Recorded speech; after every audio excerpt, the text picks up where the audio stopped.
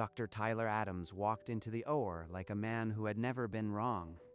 Behind him, James Henderson was bleeding into his pericardium, and Tyler had already decided where to cut. Descending dissection, standard repair. Let's get him open. Lee, keep him under. Maya, suction. The mediastinal widening on the X-ray. That dropping pressure. This isn't a descending tear. It's a type A. The root is involved. Doctor, the imaging shows a widened mediastinum. You are about to open the wrong artery. I don't have time for this. I don't need an orderly reading my films. The tamponade is already starting. His heart is choking. You go after the descending, he arrests. I said, get out. This isn't your floor. The OR door slammed shut. Sarah Harper didn't stumble. She'd been thrown out of better rooms than this one. Inside, Tyler's scalpel sank into the patient's chest, into the wrong vessel. The first domino had fallen. I am the only one in this hospital who can fix a root dissection. And I am standing on the wrong side of that door, widened, mediastinum. Tracheal shift. That's not a descending tear. It's the root. He's opening the wrong artery. The tamponade signs were there. I told him. Now his pericardium is filling with blood. Earlier that morning, Sarah Harper had stood at the light board, reading the chest film with the quiet certainty of 40 years in the OR. Her eyes had traced the aortic arch, pausing at the intimal flap that the others had missed. Inside, Tyler's scalpel sank deeper. For a few moments, the monitors lied, the patient's vitals held steady, his hands moved, with the confidence of a surgeon who had never been proven wrong. I need to get back in there. The scrub sink is around the corner. If I can just slip past. 43 minutes. That's all a root replacement takes when you've done it a few hundred times. I've forgotten more about aortic surgery than that boy ever learned. Not while I am breathing. Not today. Inside the OR, Tyler's hands kept moving, but the patient's blood pressure had begun a slow, treacherous slide. Doctor, his pressure's dropping. 80 systolic and falling. It's the anesthesia. Adjust your settings, Lee. Maya Reed glanced up from the instrument tray and saw the orderly's face through the small window, and her heart stopped. For a split second, she was back in nursing school, staring at the author photo in Chapter 7 of Advanced Cardiac Surgery, a younger black woman with wire-rimmed glasses and an unshakable gaze. That's Dr. Sarah Harper, the one who wrote the textbook on aortic root replacement. She's supposed to be retired. Not yet, Lord. Not yet. She's been standing outside while he cuts into the wrong artery. I have to do something. But if I am wrong... But behind her, the monitor gave a single low-pitched alarm. The first quiet alarm of many. The flat-line tone pierced the OR like a scream. James Henderson's heart had stopped. He's tamponading. Pressure's nothing. I've got no pulse. We're losing him. It's type A, not descending. That orderly tried to tell you. She was right. Maya didn't wait for permission. She threw open the OR door and sprinted into the corridor. Dr. Harper, I know who you are. He's coding. Please, come scrub in. How far gone? Tamponade. Get me to the sink. Now. Don't slow down. The two women ran, Maya pulling Sarah around the corner to the scrub room. Gown. Gloves. Size 7. Tell Lee to keep him alive until I am in. Inside the OR, Lee's compressions were a desperate rhythm. The monitor showed only a flat green line. The OR door opened again. This time, the orderly returned as the surgeon she had never stopped being. Lee. Stop compressions. Maya, pericardiocentesis kit. I need to decompress the tamponade before I touch the aorta. You can't just walk in here and take over. I called security. They'll be here any second. Then they can watch me save this man's life. Move aside, doctor. She stepped into the surgeon's spot, her gloved hands finding the incision Tyler had made and gently correcting its course. 4-0 Prolene suture. Get him on bypass. Lee, cool him down. Prolene ready, doctor. Pump primed. Cooling to 28 degrees. His pressure is coming back. 50 systolic. Tyler stood frozen at the edge of the field, his protests dying in his throat as the room realigned around the stranger in the surgical mask. Sarah Harper's hands moved with the rhythm of 4 decades, each suture a chapter she had written long ago. On the monitor, the flat line flickered, then climbed into a weak but steady pulse. See how the intimal flap extends into the root. Textbook type A. I wrote that chapter 30 years ago. Doctor, stand back. She's saving your patient. One more move and I'll call security on you. BP climbing. 80 systolic and rising. He's responding to the decompression. Now we repair the root. I'll need the 26mm Dacron graft. Quickly. Tyler, shaking with humiliation, watched his patient come back to life under the hands he had shoved out of the room. This is still my operating room. I am the attending. You have no authority here. The only authority she needed was 40 years of saving lives. The room knew it. If you want to help, stand there and learn.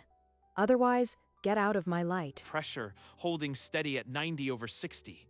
I think he's going to pull through.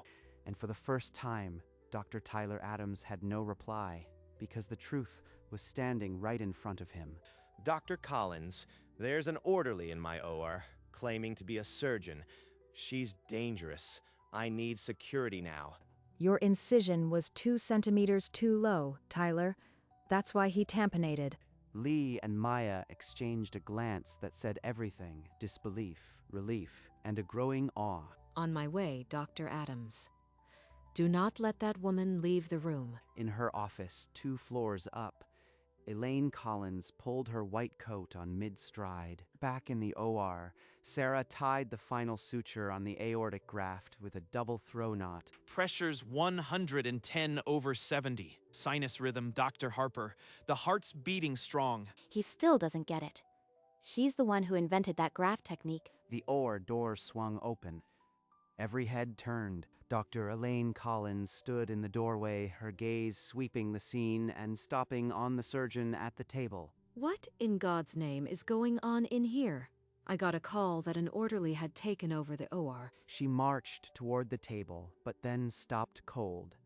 The woman at the patient's side was no orderly. Sarah Harper, I haven't seen you outside a boardroom in a year. What are you doing in surgical gear? Elaine, we had a near miss. This young man needed a refresher on basic dissection anatomy. You know her. She's our chief emerita. You arrogant fool. She literally wrote the textbook you clearly never read. A cold silence descended. The only sound was the steady beep of the monitor. The heart on the screen beat on, strong and regular, indifferent to the reckoning unfolding around it. Dr. Adams, my office. Now, don't speak. Tyler didn't move. He couldn't. The floor beneath him had just fallen away. Without a single word, his face a study in disbelief, Tyler Adams turned and walked out of his own operating room. Closing. Irrigation, please. Right here, Dr. Harper. Behind them, the monitor displayed a steady rhythm, the quiet proof that the heart would not stop. Sarah irrigated the field, then began closure with the metronomic precision of 40 years, while Collins stood at the edge of the light, unmoving. He would have died if you hadn't been here, Sarah. Then it's a good thing I refused to retire. She shared the smallest of smiles with Maya, a glance that held 1,000 words, then returned to the final sutures. Vitals are perfect. 120/80. Sinus rhythm. He's ready for recovery, Dr. Harper. The drapes came off. James Henderson was wheeled toward recovery, alive. And for the first time in 47 minutes, the entire room exhaled as one. In the quiet of the staff locker room, Sarah Harper unknotted her scrub cap and let it fall. The adrenaline had faded. Her hands were very still. Dr. Harper, I had to find you. I've been holding this in for 10 years. In nursing school, I almost quit. Then I read your chapter on surgical teamwork. It kept me in the OR. Call me Sarah. You saved that man by trusting me. That's the best kind of nursing. 2 floors up, Tyler Adams paced his small office rehearsing justifications into the silence. Dr. Collins entered, crossed her arms, and let the door swing shut with a click like a gavel. You put hands on her. You ignored every cue. You nearly killed a man. Don't tell me you were following protocol. I didn't know who she was. You think that's an excuse? If she'd been just an orderly, you'd still have killed your patient. You didn't listen because you assumed you were the smartest person in the room. The board will decide your future, Dr. Adams. Pray this hospital still has one for you to return to, effective immediately. You are suspended pending the board's review on Friday. Please. I've worked so hard I can learn. Just give me another chance. Learning would have been listening to the woman with 40 years of experience. You didn't. She turned and walked out without another word, the door clicking shut like a verdict. Tyler Adams slumped into the chair, the weight of his mistakes dragging him down. The silence in the room was absolute. The same silence he had left in that hallway when he shoved an orderly aside. For the first time in his young career, Dr. Tyler Adams had nowhere to run. He replayed every moment. The X-ray he'd ignored, the warning he'd dismissed, the shove, the face of the orderly haunted him, not with anger, but with calm disappointment. And 2 floors below, the woman who had saved his patient sat in the locker room, holding a framed photograph of the husband she couldn't save, utterly at peace. 2 days later, the hospital no longer whispered. Everyone knew the orderly was Dr. Sarah Harper, and the awe followed her through every corridor. Sarah, I am glad you came. Coffee? The board wants to revoke Tyler's license, but they also know we need a cardiothoracic mentor for the residents. You want me to train the next generation. I thought I was done with politics. I see a young surgeon who could be great if he learns humility. You are the only one he'd respect now. So you want me to be his teacher? 40 years ago, someone took a chance on a young black woman who knew too much, didn't they? Sarah turned toward the window, the morning light catching the silver in her hair. I'll think about it. She hadn't said yes, but she hadn't said no either. And for Elaine Collins, that was the first shred of hope in a very long week. Friday morning. The boardroom was cold.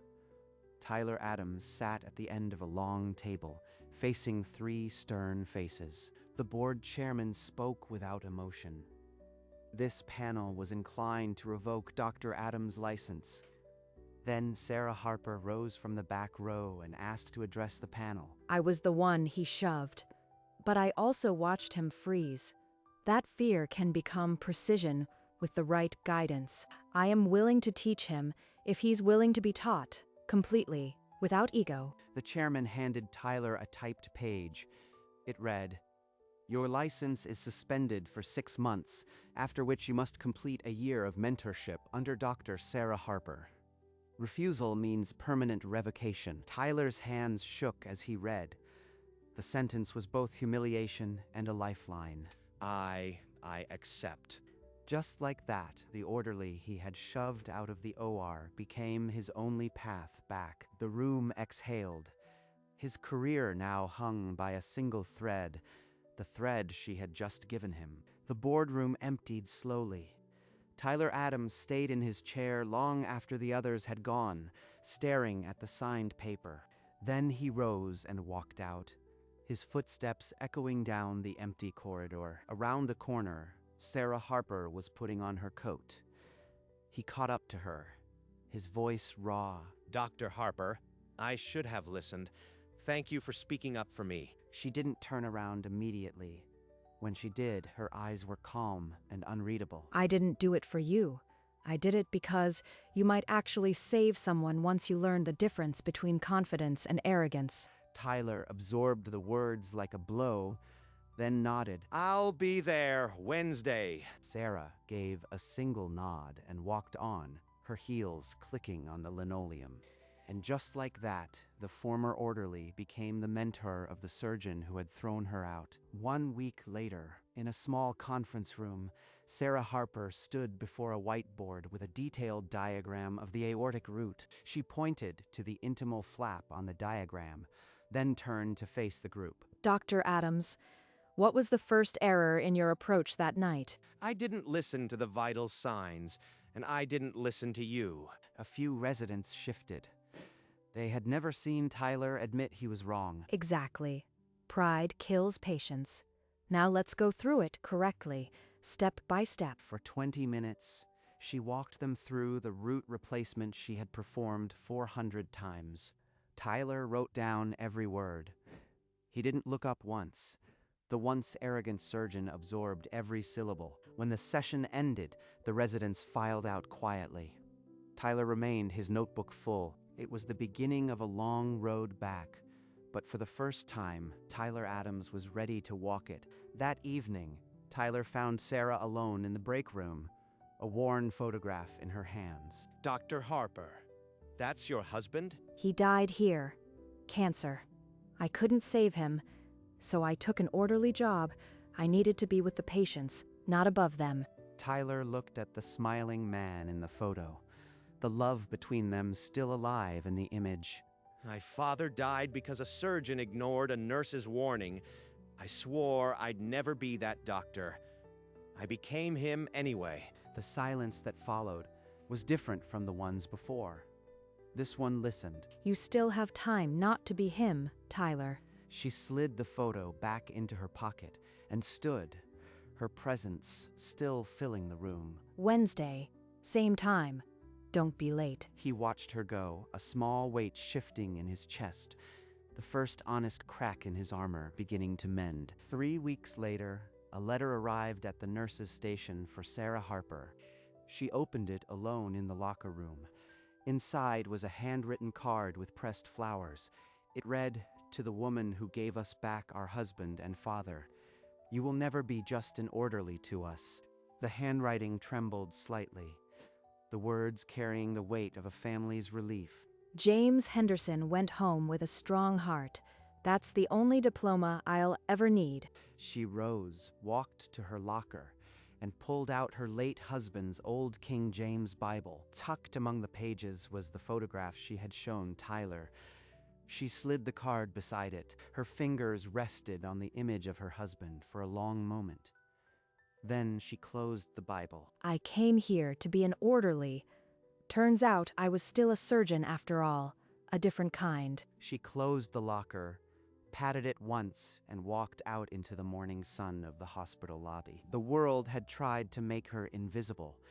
Instead, she became the center of its gravity. At the lobby coffee cart, Maya Reed waited with 2 steaming cups. Dr. Harper, I still can't believe I'm calling you Sarah. You saved that man just as much as I did. Call me whatever you like. They touched cups, the ceramic ringing softly, a private smile passing between them. Then Sarah walked toward the automatic doors. Sunlight flooded in. She paused on the threshold, the light catching the silver in her hair, the wire-rimmed glasses on their beaded chain. Dr. Sarah Harper had come home not to command, but to serve. In the end, she did both. Behind her, the hospital hummed with the lives she'd changed, including one she would see again on Wednesday. The doors slid shut, leaving behind the quiet truth that the best teachers are often the ones who were never supposed to be there at all. She walked on, into the morning, the woman who had once been shoved out of the OR and would never be invisible again. Later that afternoon, Sarah sat on her porch with a cup of tea, the hospital now a quiet silhouette on the horizon. The old King James Bible rested on the table beside her, the pressed flowers peeking from its edge. She thought of James Henderson walking his daughter down the aisle next spring because of a woman no one expected to be in that OR. The best surgeries aren't the ones you plan. They're the ones you show up for. 62 years had taught her that life doesn't check your credentials. It checks your heart. Tomorrow there would be more residents, more Tyler Adamses needing to be reminded that a title is not the same as wisdom.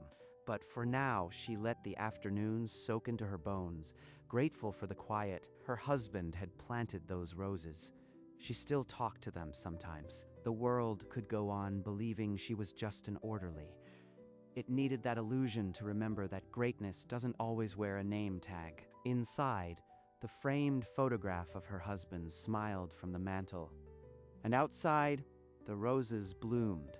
Weeks passed, and the rhythm of the hospital grew used to the sight of an older woman in a white coat standing at the head of a conference table. Her voice was no longer a surprise. It was the foundation on which a new generation was being built. Tyler Adams still sat in the back row. He had stopped taking notes. Now he only listened. The hospital's error rate in cardiothoracic surgery had dropped by 60%. Nobody dared to ask why. They already knew. The chief emerita, who had once been shoved out of the OR, had not only returned, she had reshaped the very air they breathed. A second letter came from the Henderson family. This one with a photo. James, in a garden, holding a spade, his smile as steady as his heartbeat. The note read, "You didn't just give me a heart. You gave me a garden. Every bloom is for you." She placed the photo in her locker, next to her husband. 2 men, 2 gardens, 1 surgeon who had simply shown up. The hospital had offered her a plaque, a banquet, a formal title. She declined them all. Her legacy was not on a wall. It was beating in the chest of every patient who would walk out of those doors. As dusks settled over the porch, Sarah rested her husband's Bible on her lap, the pressed flowers still peeking from its pages. She held the Hendersons' gardening photo between her fingers, the evidence of a job done well, not by a surgeon, but by a woman who cared. The sound of footsteps on the gravel path made her look up. Tyler Adams stood at the gate, a small potted lavender in his hands. I bought this for your garden. I thought you might like something new. You are learning. Come in. They sat in the growing dark, 2 surgeons, 1 garden, the silence between them no longer heavy, but companionable. The future remained uncertain, but the roses didn't ask for guarantees. They just bloomed, and miles away, in a hospital recovery room, a monitor beeped a steady rhythm. Another life she had touched, another heart she had steadied. Sarah closed her eyes, the weight of 62 years settling not as a burden but as a blanket. The best doctors never wear a name tag. They wear a heart. A year after she'd been shoved from that OR, the hospital no longer imagined itself without her. Dr. Tyler Adams stood at the scrub sink, his hands rotating under the water, exactly the way she had taught him. Inside, the monitors showed a strong circadian rhythm. Another aortic root replacement, performed not by her hand, but by his. Sarah watched from the observation gallery, her wire-rimmed glasses catching the surgical light.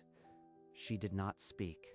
She did not need to. The orderly who had been pushed out had pushed nobody out herself. She had only opened doors.